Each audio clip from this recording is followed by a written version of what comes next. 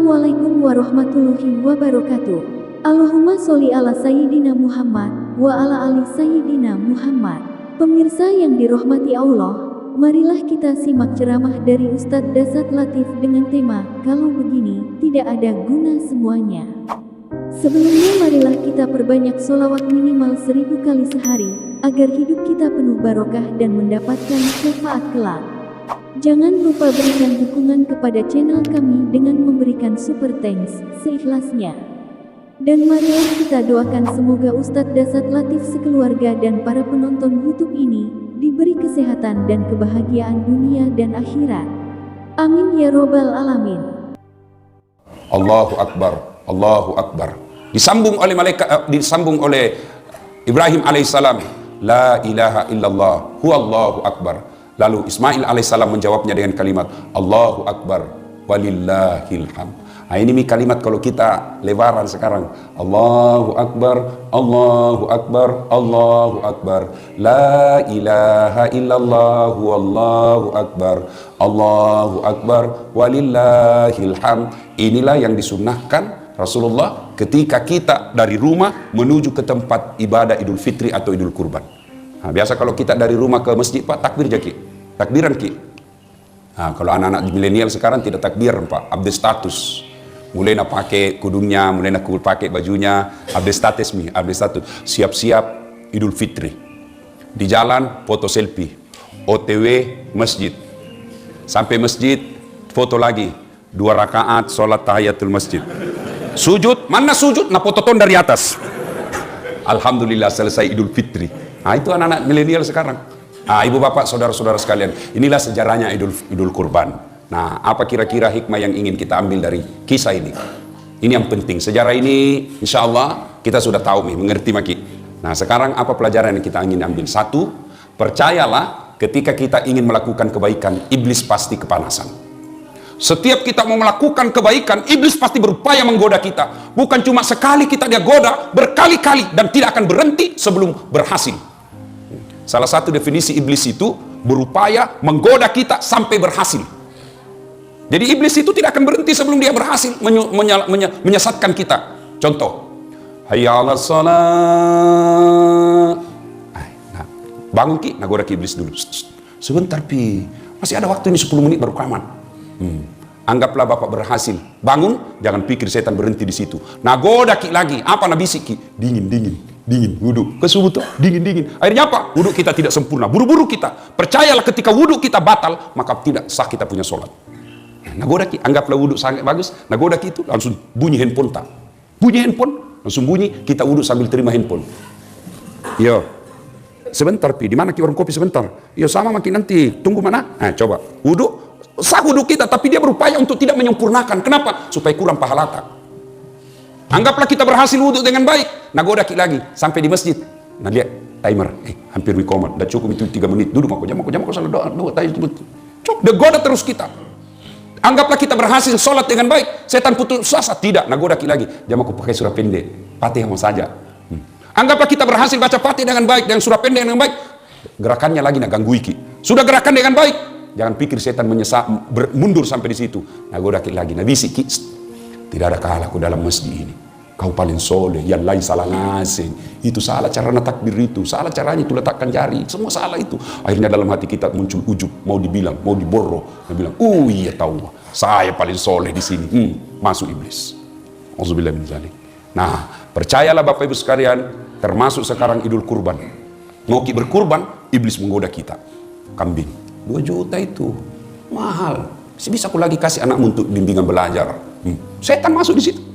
Bagaimana berupaya segala cara agar kita gagal. Makanya ketika iblis sudah menggoda kita, nah Allah kasih senjata. Senjatanya apa? Kalimat istighfar.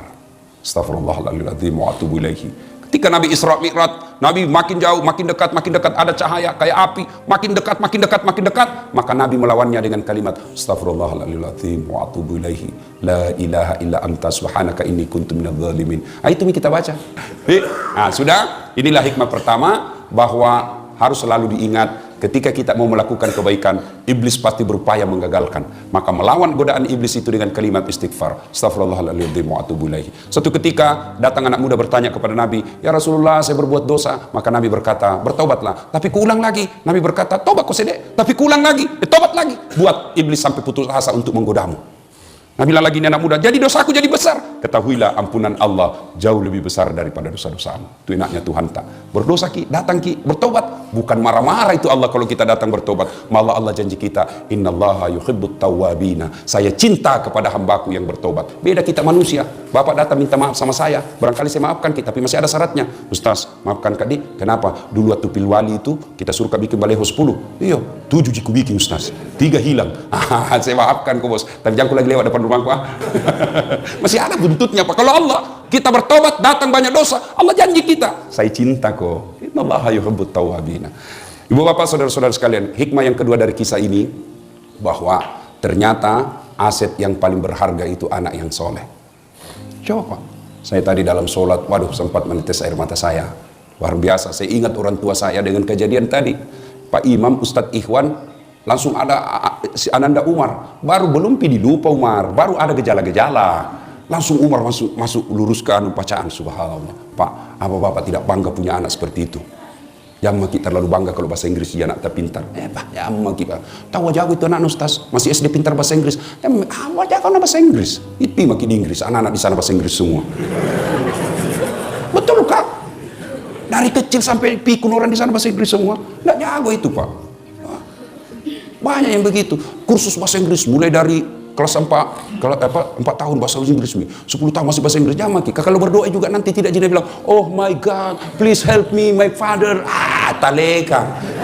Tidak begitu juga orang berdoa. Jangan makal anak muda. Serius kayak ini bos. Alhamdulillah ibu bapak adik-adik sekalian ya. Saya langsung ingat orang tua saya. Masya Allah.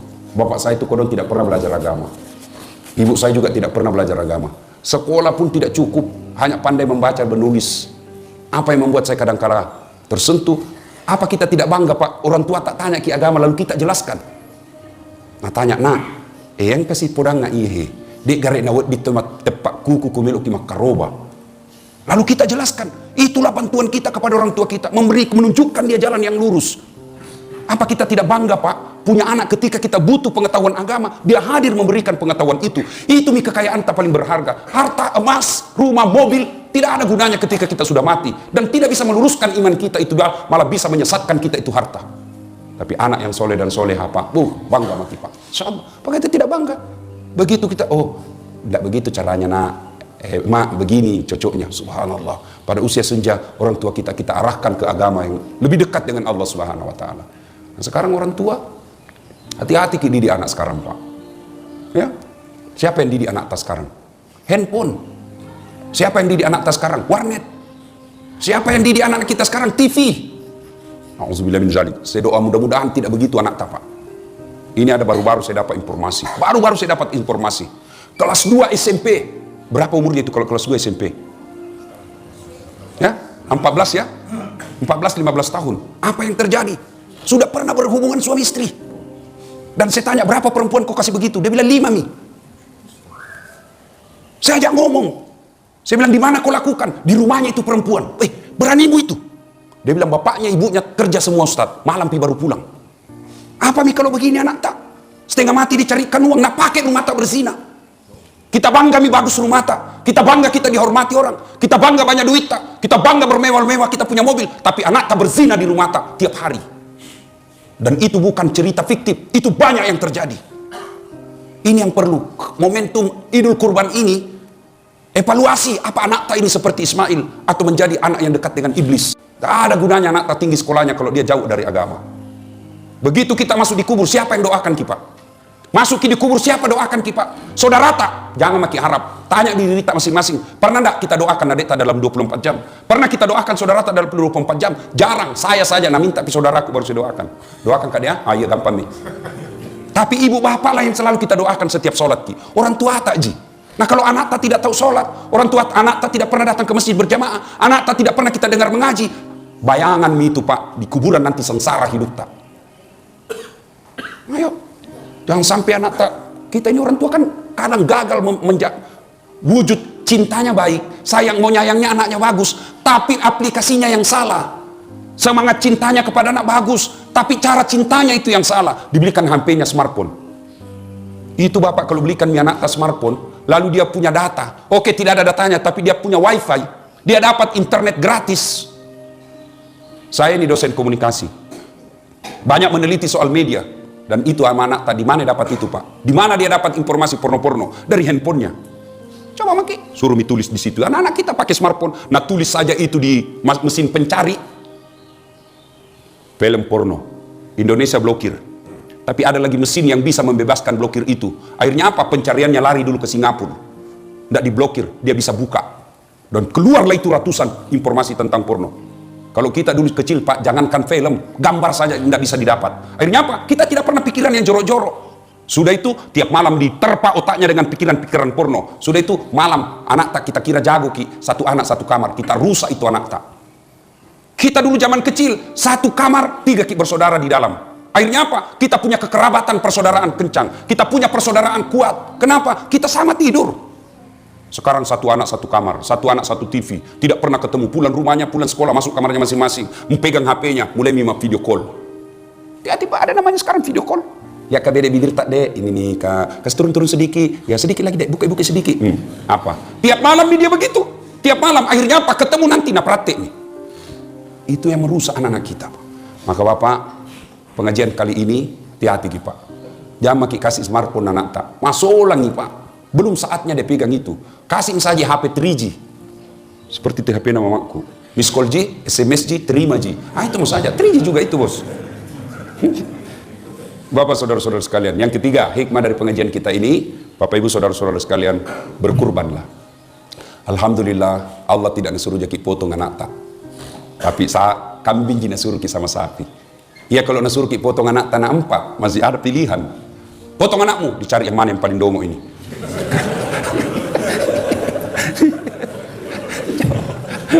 Tapi alhamdulillah Allah cuma minta kita ya diminta jaki kambing, maka berkurbanlah.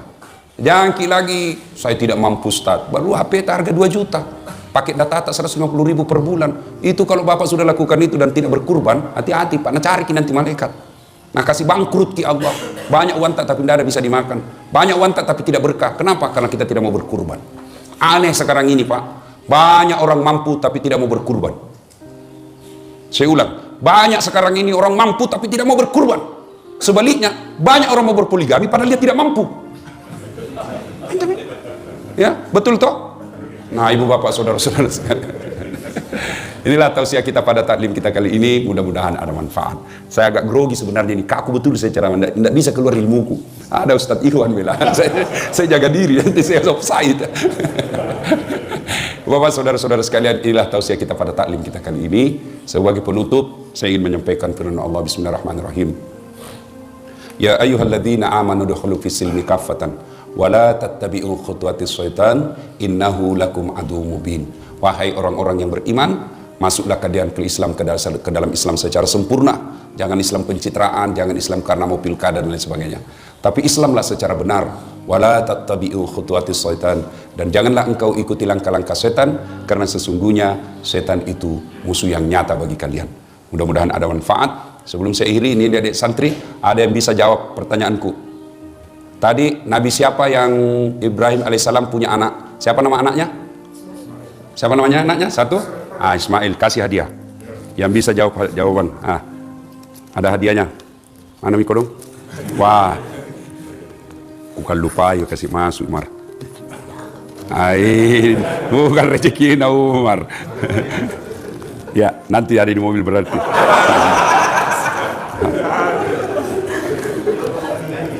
Sudah dijanji tawa, uang Malaysia mau kukasih Umar.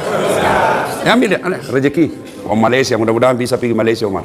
Ya, bapak saudara-saudara sekalian, inilah tausiah kita, mudah-mudahan ada manfaat. Satu lagi, apa hikmah dari pengajian tadi ini? Ada 3 dek. Ini yang hafal-hafal. Ada 3 apa? Ada yang tahu? Satu mau sebut. Siapa?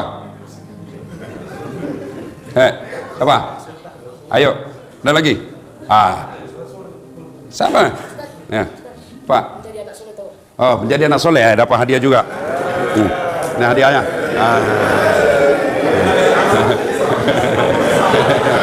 Ya, ada lagi. Ini hikmahnya ini Pak, makanya kalau pergi masjid di depan ki duduk. Depan gampang dapat hadiah ya, jauh belai. Itulah hikmahnya orang di depan itu banyak pahalanya. Ya Bapak, saudara-saudara sekalian, inilah tausiah kita, mudah-mudahan ada manfaat. Lebih dan kurangnya mohon dimaafkan. Nun wal kalami masrun billahi fi sabilil haq. Wassalamualaikum warahmatullahi wabarakatuh.